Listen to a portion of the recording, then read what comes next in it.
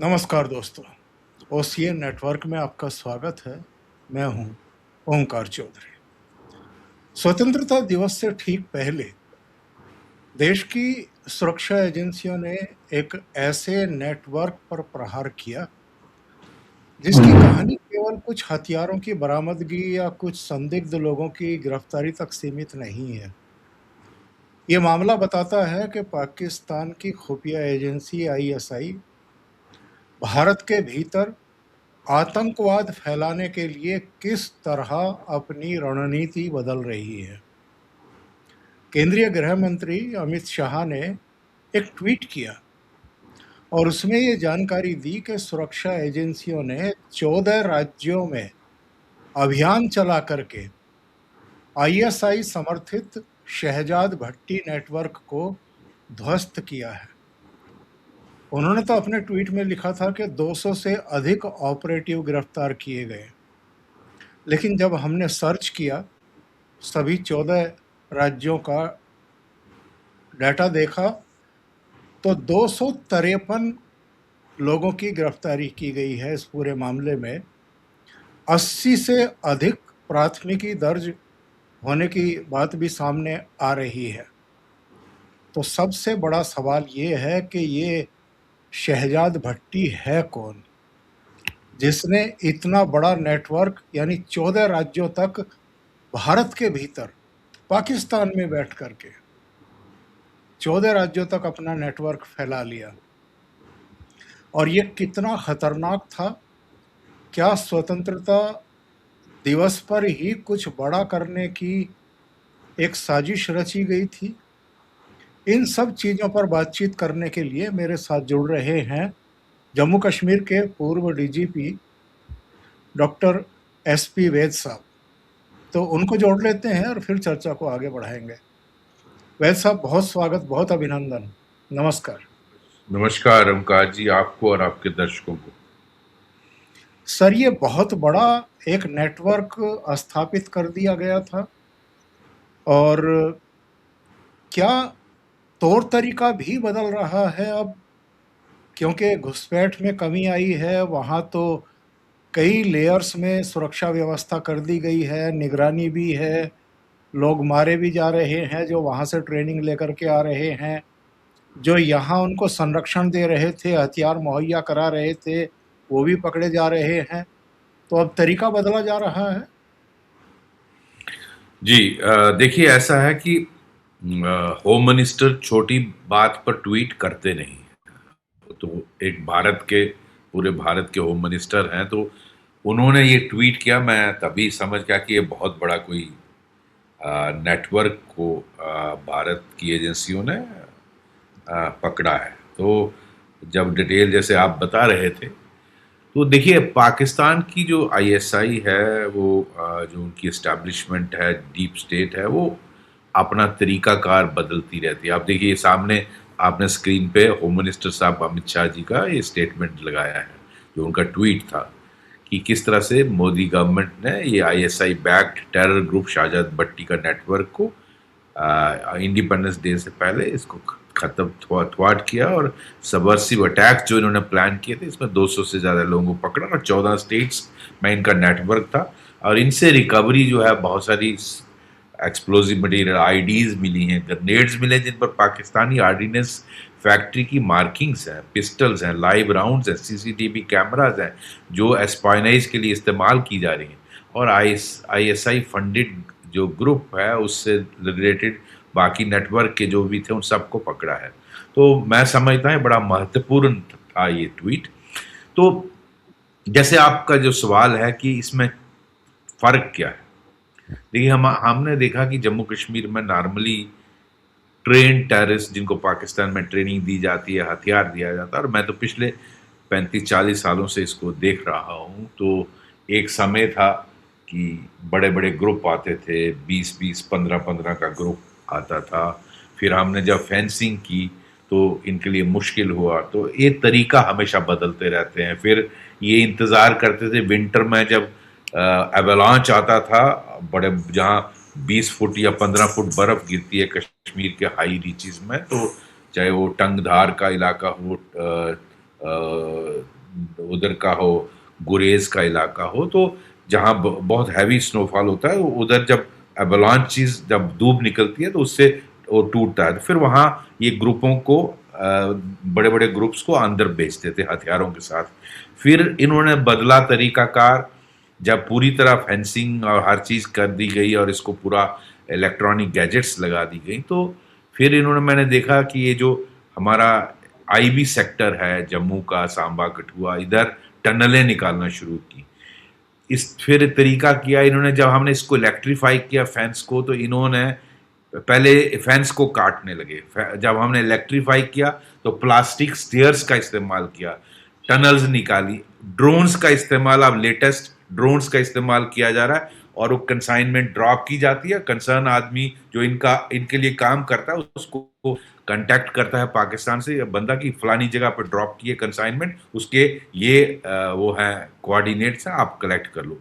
तो ये सारे मैं देखता आया हूँ कई सालों से, बदलता तरीका। और ये जो घटना है, ये जो पर्टिकुलर शाहजाद भट्टी वाला, ये मुझे रिमाइंड करता है 99 में मैं डीआईजी जम्मू था, तो मुझे याद आती है। मैं पुरानी बात रिलेट इसलिए कर रहा हूँ, हालांकि इस पे थोड़ा डिटेल में बाद में आता हूँ। मैं इसलिए पुरानी बात कह रहा हूँ कि किस तरह से ये दिखाता है कि पाकिस्तान की स्ट्रेटेजी, जो लोग कहते हैं ना कि कश्मीर का बातचीत करो, मुद्दा हल कर दो तो सब ठीक हो जी, जाएगा, जी, मैं उन लोगों जी, के जी। लिए ये बात ओंकार जी बता रहा हूँ कि आप कश्मीर दे भी दो पाकिस्तान, मैं हाइपोथेटिकली कह रहा हूं, कोई दे नहीं रहा और ना कभी होना है, मैं कहता हूं दे भी दो। ये पाकिस्तान की जो आर्मी और एस्टैब्लिशमेंट है, उनका मकसद सिर्फ कश्मीर नहीं है। क्योंकि मुझे याद है, मैंने जब उस एलईटी का टेररिस्ट था 99 में, मैं डीआईजी जम्मू था, तो हमने एक बहुत बड़ा एक नेटवर्क इसी तरह का पकड़ा था, जिससे 40 पिस्टल्स रिकवर हुई थी। उस जमाने में एक बड़ा 40 पिस्टल का एक खजाना मिला। वो सारी पाकिस्तान से वो आई थी, वो हमने सारी पिस्टल्स रिकवर की। तो जब मैं उसकी पूछताछ कर रहा था, तो उसने कहा कि सर, कश्मीर तो, मैं उसका कॉन्फिडेंस बता रहा हूँ, कश्मीर तो हमने ले लिया। 99 की बात है, ये कारगिल वार से थोड़ी देर पहले की बात, I think somewhere around Kargil. Kashmir तो हमने ले लिया, हमारी नजरें पूरे भारत में हैं, सेंट्रल एंड साउथ इंडिया पर है। अब देखो, मैं उसका माइंड सेट बता रहा हूं। तो ये जो लोग इसको आर्ग्यू करते हैं कि आप कश्मीर दे दो और हम सब ठीक हो जाएगा, ये नहीं है। वो आपको बर्बाद करना चाहते हैं। उनकी पॉलिसी जो है, वो आपको गजबा हिंद करना है। उनकी पॉलिसी जो है, वो आपको ब्लीड इंडिया बाय 1000 कार्ड, ये हर भारतीय को समझना चाहिए। और अब आते हैं इस नेटवर्क पे। तो देखिए, ऐसा है, ये जो शहजाद भट्टी है, इसमें फर्क क्या आया, इसमें रेगुलर ट्रेन टेररिस्टों को इन्फिल्ट्रेट कराने की जरूरत नहीं है। आप भारत के अंदर लड़कों को आइडेंटिफाई करिए जो इस तरह का आइडियोलॉजी रखते हैं, माइंडसेट रखते हैं, उनको आइडेंटिफाई करो, एनक्रिप्टेड चैनल्स को यूज करो कम्युनिकेशन की ना, क्योंकि इंटरनेट का जमाना है, सोशल मीडिया है, इस्तेमाल करिए। और वो यूज कर रहे हैं सब्सटैंशियली एनक्रिप्टेड चैनल्स।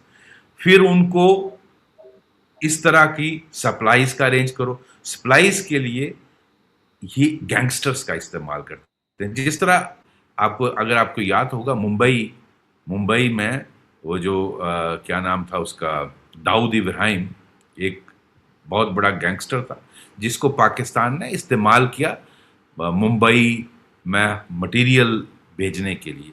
मुंबई में जो उस जमाने में सीरियल ब्लास्ट हुए थे, उसके बाद मुंबई अटैक हुआ, ये सारा मटेरियल कैसे बोट्स के थ्रू हार्बर पर आता था, उसको कैसे पहुंचाना है, कहाँ पहुंचाना है, इस सारे के लिए पूरा गैंगस्टर नेटवर्क, इसी तरह का नेटवर्क का इस्तेमाल किया गया, जिसको हम शाहजाद भट्टी, जो पाकिस्तान और दुबई में जिसका ऑपरेशन चलता है, और किस तरह से दुबई का भी पाकिस्तान इवन दाऊद के टाइम पे इस्तेमाल करता था। और ये सारा इस चीज को अवॉइड करने के लिए है कि डायरेक्टली आईएसआई ऑफिसर्स सामने ना आए, और जो फोन कॉल्स भी हो रही हैं वो पीसीओ से की जा रही है पाकिस्तान से, और इस नेटवर्क का इस्तेमाल करके, ठीक है जी कोई गैंगस्टर कर रहा है, कोई हमारा डायरेक्ट इन्वॉल्वमेंट नहीं है, तो ये उसको छुपाने के लिए।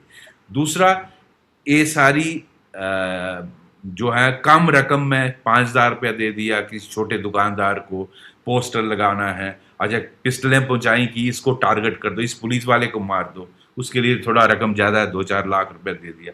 तो इस तरह का ये सारा सिस्टम बनाया जा रहा है, और ये जो हाइब्रिड वॉर मैं इसको कहूंगा, ये वो सिस्टम इस्तेमाल किया।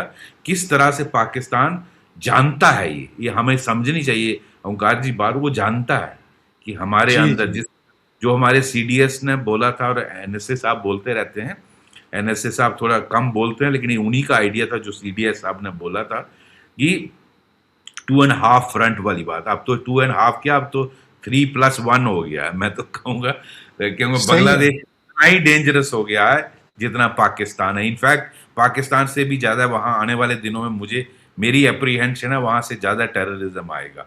और पाकिस्तान के आर्मी चीफ ने तो कहा ही है कि हम इस बार ईस्ट से अटैक करेंगे, तो हमें उसके लिए भारत गवर्नमेंट, भारत सरकार कर रही है तैयारी। यानी तो ये जो अंदर का हाफ फ्रंट जिसको बोलते थे, आज वो मैं उसको सबसे ज्यादा मुश्किल मानता हूं। China, Pakistan, even China, super power like China को हैंडल करने की हमारी फोर्सेस के पास क्षमता है, लेकिन सबसे ज्यादा खतरनाक ये जो अंदर बैठे हैं, जिसको प्रधानमंत्री जी ने कहा ना, वो दिमागी नक्सल। दिमागी नक्सल। जी। तो ये वो लोग हैं उसमें। और मैं ये दो बातें बहुत ध्यान से आपको बोलना चाहता हूं, आपके दर्शकों को पता होना चाहिए, और आपकी चैनल बहुत लोग सुनते हैं, तो मैं उनके ये दिमाग में लाना चाहता हूं। मैं बार बार कहता हूं, इस देश में 2-3 चीजें। एक, कि लाखों की तादाद में मदरसा चलते हैं, लाखों की तादाद। आप, मेरे पास एग्जैक्ट एस्टीमेट नहीं है, एक अंदाजे के मुताबिक कोई कहता है 2-3 लाख मदरसा। अगर एक एक मदरसा में 1,000 बच्चा एवरेज है, तो आप लगाइए करोड़ों में गई तादाद। करोड़ों में जो बच्चों की तादाद है, चाहे वो यूपी में है, असम में है, जम्मू कश्मीर में है, हैदराबाद में है, केरला में, कहीं भी है, आप उसको क्या पढ़ा रहे हो? देश से नफरत, देशवासियों से नफरत, देश को तोड़ने की नफरत। तो आप ऐसे नेटवर्क जितने मर्जी पकड़ लो, जब तक वो उपज हो रही है, क्योंकि ये आप पाकिस्तान कामयाब नहीं हो सकता जब तक आपके पास ऐसा काम करने वाले नहीं होंगे। बिल्कुल। और वो तो आप इतने पैदा कर रहे हो, करोड़ों में। जब आप करोड़ों में बच्चे इस मेंटालिटी के लायक, ये भारत से नफरत करनी है, भारतवासियों से नफरत करनी है, बम ब्लास्ट करना, सर्विलेंस करना, मारना, करना, काटना, वो हमारा जब आप ये पैदा कर रहे हो, हालांकि ये पॉलिटिकली बड़ा, मतलब it is not politically correct decision. हर आदमी बनना चाहता है पॉलिटिकली करेक्ट, ये थोड़ा हार्ड डिसीजन लेना पड़ेगा। जैसे आसाम के चीफ मिनिस्टर मिस्टर शर्मा ने लिया, कुछ हद तक योगी जी ने भी लिया। मुझे लगता है इस पे बहुत भारत सरकार को और देश की जो डिफरेंट स्टेट्स की सरकार हैं, उनको इस पर काम करना पड़ेगा, क्योंकि जब आप ऐसी उपज करोड़ों में करोगे, तो पाकिस्तान को रेडीमेड अवेलेबल मटेरियल है, उसको क्या जरूरत है पाकिस्तान टेररिस्टों को इन्फिल्ट्रेट करने की? उसको क्या जरूरत, क्योंकि आपके अंदर ही इतने लोग काम करने के लिए तैयार है, और उनको कांटेक्ट करने के लिए आईएसआई को कोई मुश्किल ही नहीं है। पाकिस्तान डीप स्टेट को आज कम्युनिकेशन का जमाना है, इनक्रिप्टेड चैनल्स हैं, आप उसमें बम बनाना बता सकते हो, क्या करना है, किधर करना है, सर्विलेंस कहाँ रखनी है, एस्पाइनेज कहाँ करना है, सब कुछ बता सकते हो। इसलिए मेरा दूसरा पॉइंट, कि even at the cost of privacy, बहुत सारे लोग यहां आपके ऑब्जेक्ट करेंगे, प्राइवेसी को आप हिट कर रहे हो, मोदी सरकार डिक्टेटर सरकार होगी। कोई भी सरकार हो, मैं मोदी सरकार की बात नहीं, कोई भी सरकार हो, उसको ये करना चाहिए, चाहे वो राहुल की सरकार हो, अखिलेश की सरकार हो, ममता बनर्जी की सरकार हो, या डीएमके की सरकार हो, ये उनको करना चाहिए अगर देश को बचाना है। और वो है हर आदमी जिस तरह चाइना करता है, आप क्या एक्सेस कर रहे हो, आपके मॉनिटरिंग सेंटर कम, मल्टी एजेंसी सेंटर्स हर स्टेट कैपिटल में, और अगर हो सके तो हर डिस्ट्रिक्ट में होने चाहिए, जो देख रहे हैं बिल्कुल। कि उकार चौधरी क्या एक्सेस कर रहे हैं, एसपी वाद क्या एक्सेस कर रहा है, वो क्या देख रहा है। वो जैसे इस केस में महाराष्ट्र एटीएस ने बहुत अच्छे तरीके से देखा कि शाहजाद भट्टी के ट्वीट को लाइक कौन कौन कर रहा है, और उसी से आगे इन्वेस्टिगेशन चली, तो उन्होंने कोई एक बहुत बड़ा 150-200 आदमी का नेटवर्क पकड़ा। ये महाराष्ट्र एटीएस ने किया, और किस तरह से फिर उनकी डिटेल में आगे गए तो पता चला कि ये क्या क्या कम्युनिकेट कर रहे हैं। तो इस तरह का हर एक स्टेट में नेटवर्क होना चाहिए। आप देखिए, इसमें योगदान महाराष्ट्र एटीएस का भी है, इसमें योगदान यूपी एटीएस का भी है, इसमें योगदान जम्मू कश्मीर का भी है पुलिस का, इसमें योगदान दिल्ली का। आपने देखा पिछले महीने दिल्ली में एक नेटवर्क पकड़ा गया। अच्छा, ये बिल्कुल। जो शाहजाद भट्टी है, ये हिमाचल और पंजाब में 2-3 इंसिडेंट ऑलरेडी करा चुका है। 2 थानों में तो एक आईडी एक में कर चुका है, एक में ग्रेनेड फेंका। हिमाचल में एक थाने पे इसने ग्रेनेड फेंका। तो इस तरह की ये नोटिस में आ रहा है किस तरह की गतिविधियां इसकी हो रही हैं। तो ये बहुत जरूरी है, जो मैं पॉइंट नंबर 2 कह रहा था, monitoring, who is doing what, keep a surveillance. आज सोशल मीडिया का और इंटरनेट का जमाना है, इस पे बड़ी कड़ी नजर रखना जरूरी है कि कौन क्या एक्सेस कर रहा है। हमारे जो मैं जिनकी बात कर रहा था, करोड़ों बच्चे हैं, करोड़ों, और आपके भारत के बच्चे हैं वो, मैं उनको ब्लेम नहीं करता, मैं ब्लेम करता हूं उनके लीडर्स को और हमारे जो सरकारें हैं, कि हमने उनको इस तरह का मटेरियल पढ़ने दिया जो देश से नफरत, देशवासियों से नफरत सिखाता है। तो ये बहुत जरूरी है। अब आइए इस पर, तो ये इसमें 253 लोगों को अरेस्ट किया गया जी, जी। अभी तक, इनके, और 80 एफआईआर, जैसे आप बता रहे थे, 80 एफआईआर लगी हैं, और इनका डिफरेंट पूरी 14 स्टेट्स का नेटवर्क है जो पूरा, तो ये दिखाता कि कितना जाल फैलाया था। इसलिए मैं बार बार कहता हूं कि हमने गुजरात में पकड़ा एक मॉड्यूल जो बहुत सारों को पानी में मिला के, वो जो चाइना से लाया था कोई टेक्नोलॉजी की, सब जहर से मर जाएंगे। इस तरह हमने दिल्ली में पकड़ा, इस तरह हमने यूपी में पकड़ा, महाराष्ट्र में पकड़ा। लेकिन मैं बार बार कहता हूं कि पता नहीं ऐसे कितने नेटवर्क हैं इस कंट्री में, कितने आप अनर्थ कर पा रहे हो, लेकिन क्रेडिट जाता है हमारी जो एटीएस है, हमारी जो स्टेट पुलिस है, हमारी जो सेंट्रल इंटेलिजेंस एजेंसीज हैं, चाहे वो आईबी है, आरएडब्ल्यू है, और स्टेट सीआईडीज हैं, उनकी बड़ी मेहनत है कि आप पर कोई बड़ा हमला नहीं हो पा रहा है। आप अनर्थ कर रहे हो। आप इस तरह के, एक्सेप्टिंग दिल्ली का जो ब्लास्ट हुआ है उसको छोड़ के अगर आप देखें, बाय एंड लार्ज 2014 के बाद देश बचा रहा है। तो देश बड़ी बड़ी वरना आपने देखा यहाँ सीरियल ब्लास्ट होते थे महाराष्ट्र में, मुंबई में, आपने देखा सीरियल ब्लास्ट होते हुए दिल्ली में।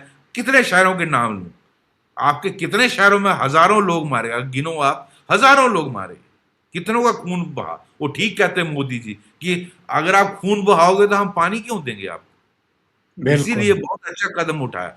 तो इस तरह का जो जो किलिंग हो रही थी और इस तरह टेरर इंसिडेंट हो रहे थे, वो रुक गए 14 के बाद, accepting this one particular case जहां लाल किला के सामने ये ब्लास्ट हुआ, सुइसाइड बॉम्बर वाला।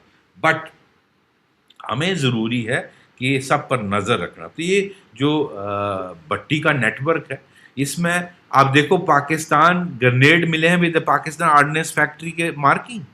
ये क्या दिखाता है? पाकिस्तान कहता है ना, अब पाकिस्तान कहता है, वो पाकिस्तान ने जो जो वहां हो रहा है, क्या बोलते हैं, बलोचिस्तान में, तो पाकिस्तान कहता है जी फितनाए हिंदुस्तान। भाई फितनाए हिंदुस्तान दिखाना सबूत, सिर्फ बिल्कुल। हवा में बोल देना ओंकार जी की फितनाए हिंदुस्तान है, दिखाना सबूत। हम तो रोज दिखाते हैं। ये जो ग्रेनेड पकड़े हैं तेरे ऑर्डिनेंस फैक्ट्री के, मार्किंग कहां से आई? तो हमने जम्मू कश्मीर में हजारों बार पकड़े हैं हथियार जिस पे पाकिस्तान की मार्किंग है, चाइनीज ग्रेनेड है, चाइनीज की मार्किंग है, और चाइना का तो सांठगांठ है, वो तो सारी दुनिया जानती है। चाइना पाकिस्तान का इस्तेमाल करता है इंडिया का ग्रोथ स्टोरी रोकने के लिए और अपना बदला लेने के लिए। तो इस तरह का ये जो सारा कुछ चल रहा है, बहुत अच्छा काम हुआ, नो डाउट। बट मुझे लगता है जो मैंने 2 पॉइंट सजेस्ट किए उस पर नजर रखने की जरूरत है, आपकी सभी एजेंसियों को भी, लेकिन इसमें decision at the highest political level होगा, क्योंकि ये पॉलिटिकली करेक्ट फैसला नहीं होगा। पॉलिटिकली बिल्कुल। हर आदमी पॉलिटिकली करेक्ट होना चाहता है, और ये सिविलाइजेशनल थ्रेट है ओंकार जी। जो आपकी हजारों साल की संस्कृति है, हजारों साल की जो सिविलाइजेशन है, उसको खत्म करना चाहता है ये जो पाकिस्तान की एस्टैब्लिशमेंट है। तो आपको चाहे लेजिस्लेटिव मेजर्स पार्लियामेंट में पास करनी हो, चाहे आपको जुडिशियल मेजर्स करनी हो जो सुप्रीम कोर्ट हाईएस्ट कोर्ट को करनी पड़ेंगी, एडमिनिस्ट्रेटिव मेजर्स जो गवर्नमेंट ऑफ इंडिया और स्टेट गवर्नमेंट्स को लेनी पड़ेंगी, ताकि आपकी सिविलाइजेशन बच सके। जो साल के है उसको बर्बाद करने की कोशिश की जा रही है। ये जो कमीशन बनाया अमित शाह जी ने मोदी सरकार के आदेश पर, ये मैं बहुत बड़ा कदम मानता हूँ। ये जिस तरह से डेमोग्राफी को बदला जा रहा है, जो बंगाल का एरिया मिलता है, चाहे साउथ परगना, नॉर्थ परगना, तमिल इसके साथ बांग्लादेश के साथ, या असम के साथ डिस्ट्रिक्ट, आप देखिए 80-20 पूरे कंट्री में होता है, वहां उल्टा हो गया है, वहां 20-80 हो गया। ये बिल्कुल क्या हो रहा बिल्कुल। है? ये डेमोग्राफी बदल, और डेमोग्राफी इज एवरीथिंग। आपकी सिविलाइजेशन को खत्म किया जा रहा है, आपका पूरा डेमोक्रेसी खत्म हो जाएगी अगर सारे देश में यही हो गया जो बॉर्डर डिस्ट्रिक्ट में हुआ। यही चीज आप देखिए नेपाल बॉर्डर पे हो रहा है। नेपाल, इंडो नेपाल बॉर्डर पे, जो यूपी से और बिहार से लगता है एरिया, राजस्थान के 2-3 डिस्ट्रिक्टों में जो पाकिस्तान से लगते हैं, और जम्मू में आप देखिए रोहिंग्या, बांग्लादेशी कैसे बसाए जा। तो ये कोशिश की जा रही है जो जो इन्होंने यूरोप में किया, जो मुस्लिम ब्रदरहुड ने, जो इन्होंने अब अमेरिका में कर रहे हैं, जो अब दिखता है दुनिया को, हमारे यहां तो कई सालों से हो रहा है। तो सही आपको है। इसके लिए कदम उठाने पड़ते, लेकिन लोग सत्ता के लिए, ये जो भूत है इसको, जिस तरह घोड़ा कहता है ना, मैं आंख बंद कर ली, वो शेर दिखता नहीं है। हमारे बहुत सारे पॉलिटिकल पार्टीज ने अपनी आंखें बंद की है। उनको कहते हैं, वो उनका एक ही मकसद है, सत्ता मिलनी चाहिए, पावर मिलनी चाहिए, चाहे कुछ भी हो, चाहे भाड़ में जाए आपकी संस्कृति, भाड़ में जाए आपकी सिविलाइजेशन। सो मैं उनके लिए भी आपके थ्रू संदेश देना चाहता हूं, शत्रु बोध करिए। आपको अगर बचना है, ठीक है, सत्ता जरूर लीजिए, लेकिन उसके और भी तरीके हैं, लेकिन अपने देश को, अपनी संस्कृति को, अपनी सभ्यता को बचाइए। जी। वैद साहब, आखिर में मैं एक टिप्पणी आपकी और चाहूँगा, क्योंकि आप आज बहुत अच्छा बोले हैं, और जो वाकई जड़ है आपने उसको पहचान करके उस पर प्रहार करने के लिए कहा सरकार से। मैं ये जानना चाहता हूँ, ये जो जगह-जगह तमाशे किए जाते हैं, जंतर-मंतर पर, कभी दिल्ली के 3 कोनों पर 13-13 महीने तक, कभी खनौरी बॉर्डर, कभी शंभू बॉर्डर, कभी जंतर-मंतर पर महिला पहलवानों को बैठा दो, कभी शाहीन बाग में एक व्यस्त मार्ग को पकड़ कर के वहाँ 103 दिन तक भाषणबाजी करवाओ, तरह-तरह के तत्व वहाँ आते हैं, ये सारी चीज़ें। और अभी तो ये चीज़ें सामने आई हैं, बंगाल, पश्चिम बंगाल से भी एक रिपोर्ट आई है और जम्मू कश्मीर से भी आई है कि किस तरीके से वहाँ पर कुछ ऐसे चेहरों को सक्रिय किया गया था जो वहाँ किसी की जान लेना चाहते थे। उनको चाहे खुद फटना हो या वहाँ पर कोई बम फेंकना हो, कुछ भी करना जी। हो, एक साजिश रची गई थी। ये कितना खतरनाक है। और जिस विपक्ष की तरफ आपने अभी इशारा किया है, बहुत। वो विपक्ष तो इनको संरक्षण दे रहा है, शह दे रहा है। यानी जो पाकिस्तान की साजिश है, आईएसआई की साजिश है, आप उसको एक तरीके से आगे बढ़ाने का काम कर रहे हैं, डायरेक्ट इनडायरेक्ट वे में, आगे आगे बढ़ा जाने-अनजाने। रहे हैं।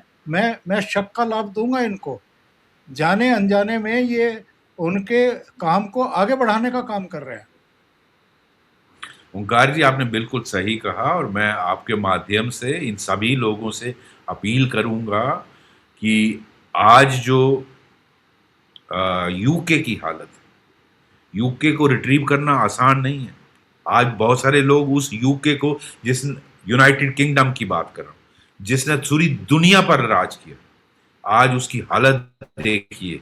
आज वहां उसको रिट्रीव करना मुश्किल है, क्योंकि आज वहां की जो जो लेफ्टिस्ट सरकार है उसने इतना बिगाड़ दिया। अब उसको वहां नेचुरली राइट विंग आएगा ही आएगा एज ए रिएक्शन, लेकिन बहुत देर हो जाएगी। वो पूरे यूरोप में वो हो रहा है, अमेरिका में हो रहा है, और ये जो पार्टियां हैं जो साथ दे रही हैं इसका, उनके लिए भी बहुत देर हो जाएगी। फिर तो वो बहुत कोशिश करेंगे, लेकिन तब तक बहुत देर हो जाएगी। मैं एक वार्निंग देना चाहता हूं पूरे देश के लोगों के थ्रू कि अपने इन लोगों को, जिनकी भी इन्फ्लुएंस है, उनको समझाएं कि no compromise on civilisation of India, जो हजारों साल की है। No compromise on national security. बाकी आप हर मुद्दे पे मोदी सरकार को घेरिए ना, no, I have no issues. International ताकतें लगी हुई, ये जो दिल्ली में तमाशा देखा, या शाहीन बाग हुआ, या उससे पहले फार्मर्स, मुझे कोई डाउट नहीं है, बिकॉज मैं इस सब्जेक्ट से कई बार जूझ चुका हूं और डील करता हूं। I have no doubt international ताकतें, सोरोस फंडेड हों या जो भी फंडेड हों, इसमें भारत के खिलाफ रिजम चेंज की कोशिशें की जा रही हैं। और आज मैं यहाँ एक और चीज़ फ्लैग करना चाहता हूँ ओंकार जी, आपके माध्यम से, शायद लोगों को बहुत कड़वा लगे। आज मैं किसी पंजाब के अपने दोस्त से बात कर रहा था कि यार इतनी बुरी हालत पंजाब में, ये सिखिज्म का क्या हुआ भाई? कहता सिक्की खत्म ही हो गई भाई, कहाँ है सिक्की? मुझे ये वो बोलता है पंजाबी, कहता बिल्कुल सिक्की बची बिल्कुल। कहाँ? ये हालत जो गुरु नानक देव जी सिखिज्म का जो करे, और 10वें गुरु ने उसका फाउंडेशन रखा, आप देख, वो कहते कन्वर्शन इतना हो गया, मतलब इतनी बुरी हालत है, और खरबों रुपया आ रहा है। अब आप किरदार देखिए हमारे लोगों का। ये चीज 50s में नॉर्थ ईस्ट में हुई है, नागालैंड और मिजोरम में, और अब उस वक्त नेहरू जी ने कुछ उसको रोकने के बजाय उल्टा उनकी मदद की। आप आज उसको वापस करने में इतना आसान नहीं है। वही हालत पंजाब में हो रही है, और इसमें इंटरनेशनल ताकतें हैं, फंडिंग हो रही है, और इसीलिए ये सारी अपोजिशन जो आपके अमेंडमेंट्स लाने की कोशिश करी एफसीआरए में, इसमें मुझे कोई डाउट नहीं है। ये जो क्या ताकत, इंटरनेशनल ताकतें कैसे करा रही हैं, किस तरह से बिल्कुल यूएस में तकलीफ हो, आप देखिए यूएस में क्या तकलीफ हो रही है, दोनों पार्टियां। बिल्कुल। तो किस तरह से वो इकट्ठे हो रहे हैं कि देखो जी, बात अपने देश में है कि you can't bring foreign funding. India में अगर हम अमेंडमेंट लाते हैं कि हमने कोई बंद करने के लिए नहीं कहा, ट्रांसपेरेंसी के लिए कहा कि फंडिंग आएगी, ठीक है करिए फंडिंग, बट वो कहाँ यूज होती है उसका हिसाब रखिए, वो पेज सरकार को दीजिए सारा हिसाब, उसमें क्या खराबी है। तो ये सारा भारत को, भारत की सिविलाइजेशन को खत्म करने की कोशिश हो रही है। तो ये सारी मैं जो बात शेयर कर रहा हूं, ये हमारे लोगों को समझना पड़ेगा, और इससे पहले कि बहुत देर हो जाए, मैं इसलिए बार बार कहता हूं हमें मेजर्स उठानी पड़ेंगी, लेजिस्लेटिव, जुडिशियल एंड एडमिनिस्ट्रेटिव, ताकि इस देश की सिविलाइजेशन ठीक है। बहुत सारे देशों ने किया है, और ये कोई गलत नहीं है अपनी सिविलाइजेशन को बचाना। बचाना आपका धर्म बनता है, ये आपका धर्म है, आप सबकी ड्यूटी है, चाहे सुप्रीम कोर्ट के, हाईएस्ट कोर्ट के जजेस हों, चाहे पार्लियामेंट के सारे मेंबर हों, किसी भी पार्टी से ताल्लुक रखते, या यूनियन गवर्नमेंट और स्टेट गवर्नमेंट्स हो, उनका फर्ज बनता है भारत की सिविलाइजेशन को बचाना। बस इतना ही। तो बाकी अल्टीमेट लोगों के हाथ में होता है। मैं लोगों से अपील करूंगा कि वो अपने चुने हुए लोग जो भी हैं उनको समझाएं कि भाई जब यहाँ सब कुछ ही बदल जाएगा फिर आप क्या करिएगा। तो शत्रु बिल्कुल। बोध का जरूर ध्यान रखें जी। आपकी बात से मुझे अभी 2 दिन पहले जो नेतान्याहू साहब का बयान आया है वो याद आ गया। उन्होंने कहा, और व्यंग में कहा है, उन्होंने कहा है कि Islamic state of United kingdom, और ये ऐसा देश बनने जा रहा है, इस्लामिक देश, जिसके पास परमाणु हथियार भी होगा। हथियार, करेक्ट। तो ये तो बहुत खतरनाक जो है ये एक, और उससे सबक लेना चाहिए हम लोगों को। और ये सोची समझी साजिश है, ऐसे नहीं हो रहा है ये। बिल्कुल वो ओपनली डिक्लेयर करते हैं वो, और मुस्लिम ब्रदरहुड ओपनली कहती है ये हमने करना है। आज वो ओपन स्टेटमेंट देते हैं आपके सोशल मीडिया में, और वो कह रहे हैं हम अमेरिका को भी यही करेंगे। भाई जो बिल्कुल सुपर पावर अमेरिका को कह रहे हैं हमने बना ऐसे कानकर करना है, कोई हथियार करने की यूज करने की जरूरत ही नहीं। सुपर पावर किसी टाइम का यूके खत्म कर दिया, तो आप क्या जी चीज। बिल्कुल सर, बहुत बहुत धन्यवाद आपका जुड़ने के लिए, इतना समय निकालने के लिए और बहुत महत्वपूर्ण मुद्दे पर चर्चा करने के लिए। धन्यवाद। बहुत बहुत धन्यवाद आपका। नमस्कार।